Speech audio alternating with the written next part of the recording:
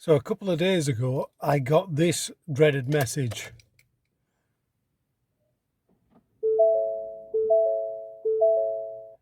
The first thing I thought is, uh-oh, this is going to cost me some money. However, it turns out it might not be as bad as I first thought. So we've hot-footed it down to my good friend Ikram's, who's got super autosaver, and right there in the window we can see what we need, some AdBlue.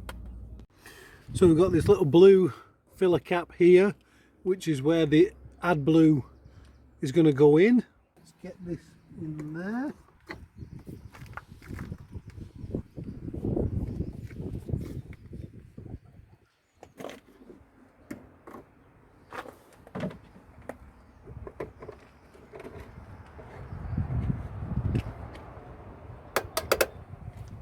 Let's see if that's done the job.